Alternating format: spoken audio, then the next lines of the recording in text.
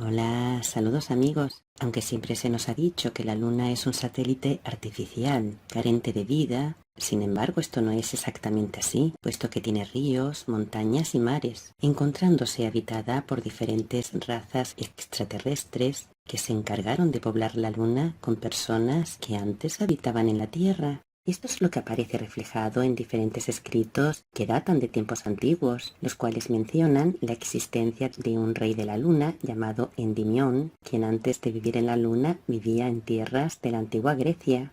Plinio el Viejo le consideró el primer ser humano que observó los movimientos de la luna, lugar en donde hay un cráter que lleva su nombre.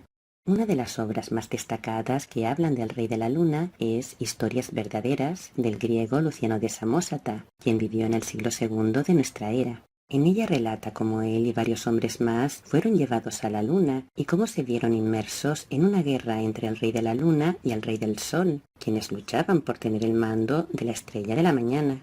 La historia que cuenta Luciano es la siguiente. Cuando él y otros hombres navegaban por la zona de las columnas de Hércules, al mediodía, un torbellino elevó la nave llevándolos primero a la isla de Heracles, de la que salieron huyendo, y luego a la luna. Allí pudieron comprobar que se hallaba habitada y cultivada, que había ciudades y ríos, mares, bosques y montañas. Pero los gendarmes de la frontera lunar, quienes tenían la misión de sobrevolar la luna y de conducir a presencia del rey a todo extranjero que encontrasen, dio con ellos y los llevaron ante el rey. Y cuando se encontraban ante el monarca selenita y éste los vio, se fijó en sus ropas y les preguntó: «¿Extranjeros? ¿Sois griegos?». A lo que ellos respondieron que sí, y él replicó: «¿Cómo habéis logrado llegar hasta aquí?». Entonces le explicaron toda su aventura y él a su vez les contó la suya. El rey les dijo que él era un hombre como ellos, también de Grecia, y que se llamaba Endimión, que un día, mientras dormía, lo raptaron de nuestra tierra y que ya en la luna lo hicieron rey. Les dijo que no tuvieran miedo y que se les proporcionaría todo cuanto hiciera falta. Dijo así: «Y si logro ganar la guerra que en estos momentos libro contra los habitantes del sol, pasaréis a mi lado la vida más dichosa que podáis imaginar». Los terrícolas le preguntaron quiénes eran los enemigos y cuál la causa del conflicto, a lo que Endimión contestó: «Faetón, el rey de los habitantes del sol, hace tiempo que nos tiene declarada la guerra. Todo comenzó por el motivo siguiente. En cierta ocasión reuní a los súbditos más pobres de mi reino porque quería enviarlos a fundar una colonia en el lucero del alba, que está desierto y deshabitado. Pero Faetón impidió la colonización, pues a mitad de camino nos salió al paso y aquella vez fuimos derrotados, ya que no pudimos rivalizar con su ejército, por lo que tuvimos que retirarnos. Pero ahora quiero emprender de nuevo la guerra y enviar otra expedición colonizadora. Si queréis acompañarme, mañana nos pondremos en marcha». Ellos aceptaron pelear a su lado, así que al día siguiente las filas estaban listas para la gran batalla. Aunque ésta concluyó con una apabullante victoria de los selenitas, cuando éstos se encontraban erigiendo los trofeos, aparecieron de pronto hombres gigantes que se llevaron a los terrícolas al sol, y esto para retenerlos como rehenes. Pero cuando la gente del sol aceptó un intercambio de prisioneros, perdonó a la gente de la luna, y en cuanto los representantes de los dos astros hicieron las paces, los prisioneros terrícolas fueron devueltos a la luna. Aunque Endimión les invitó a permanecer en ella e incluso a quedarse con uno de los territorios que había originado la disputa, ellos declinaron la oferta, decidiendo que se quedarían una semana más antes de regresar a la Tierra. Esta obra inspiró, entre otros, a Julio Verne y a Cyrano de Bergerac, quienes la tomaron como referencia, añadiendo detalles imaginarios. Y esto lo hicieron principalmente para ocultar información sobre cómo se llega realmente a la Luna, que es mediante portales de teleportación. Tal es así que la historia que narra Luciano comienza en el mar y en concreto en las columnas de Hércules, unas columnas que representan los dispositivos a través de los cuales se abren los portales. Esto también aparece reflejado y con más claridad en la obra de Cyrano de Bergerac titulada Historia de la Centella y la República del Sol, en donde claramente se hace referencia a una máquina que sirve para llegar a la luna.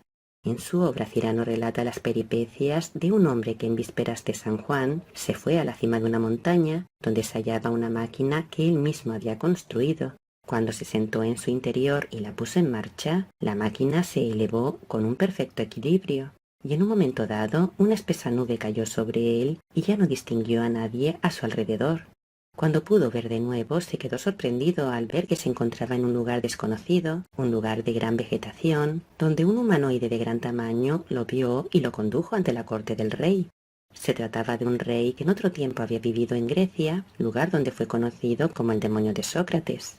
El rey le dijo que de vez en cuando los magistrados enviaban algunas colonias a la luna y que a él se le había encargado ser el jefe de la gente que se había ido con él.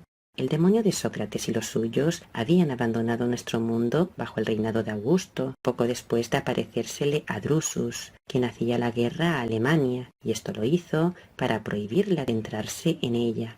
Tras la muerte de Sócrates, el rey selenita también cuidó e instruyó a Epaminondas en Tebas, a Cornelio Agripa, al doctor Fausto y a César, entre otros. El jerarca aseguró haber conocido a Campanella, siendo él quien la aconsejó cuando estuvo bajo la Inquisición de Roma, y también aseguró que bajo su petición se había escrito un libro titulado De Sensu Rerum. El protagonista de la novela menciona que la noche de su primera jornada en la luna, un hombre fue hasta él y riéndose le dijo: «¿Cómo? ¿Ya no conoces a tu amigo?». Ese hombre era el demonio de Sócrates, y fue quien le instruyó durante su estancia en la luna. Tras concluir su aventura, regresó a la Tierra, invirtiendo poco tiempo en llegar a ella, pero en un proceso en el que perdió el conocimiento. Cuando se recuperó, se vio envuelto entre nieblas sobre la pendiente de una colina junto a varios pastores que hablaban en italiano. Como no sabía que había sido de su demonio, creyendo que aún estaba con él, preguntó a los pastores si acaso le habían visto, pero éstos se hicieron la señal de la cruz y le miraron aterrados como si él fuese el mismísimo demonio.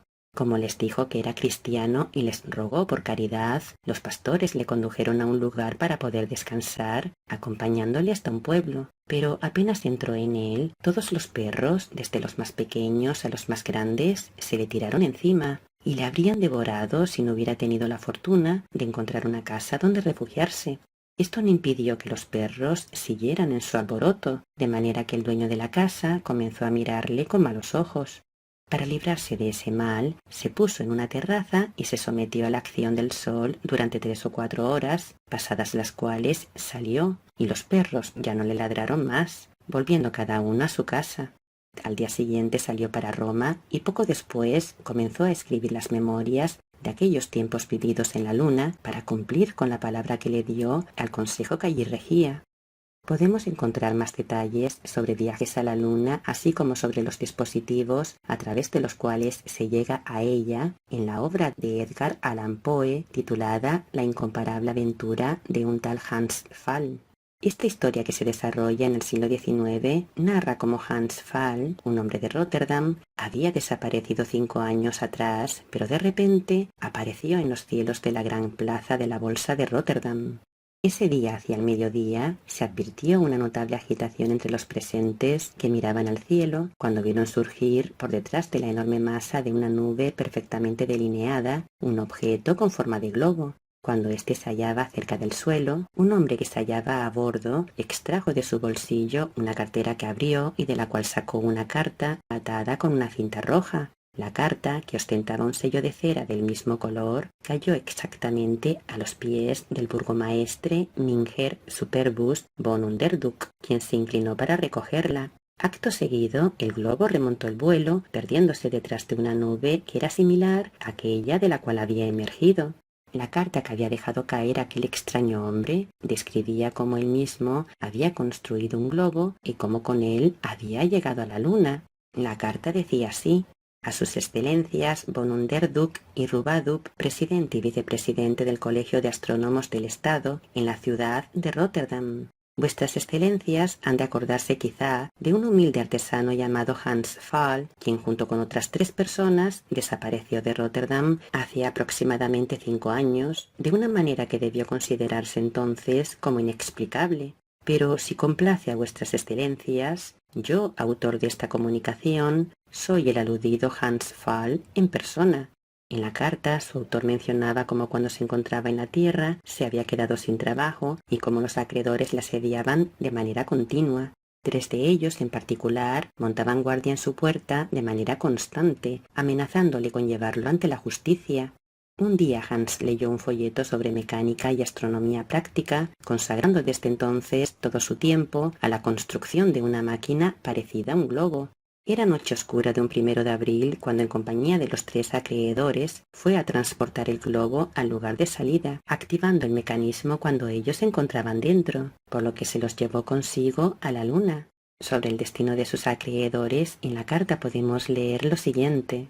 Y bien imaginarán vuestras excelencias que después de una residencia de 5 años en un planeta no solo muy interesante por sus características propias, sino doblemente interesante por su íntima conexión con el mundo habitado por el hombre, me hallo en posesión de conocimientos destinados confidencialmente al Colegio de Astrónomos del Estado, pero debo recibir mi recompensa. Ansío volver a mi familia y a mi hogar, y como precio de la luz que está en mi mano, me permito solicitar, por intermedio de vuestra honorable corporación, que me sea perdonado el crimen que cometí al partir de Rotterdam, o sea, la muerte de mis 3 acreedores. El perdón fue acordado y Hans pudo regresar a su vida en la Tierra. ¿Realidad o ficción? ¿Tú qué opinas? Hasta pronto, amigos.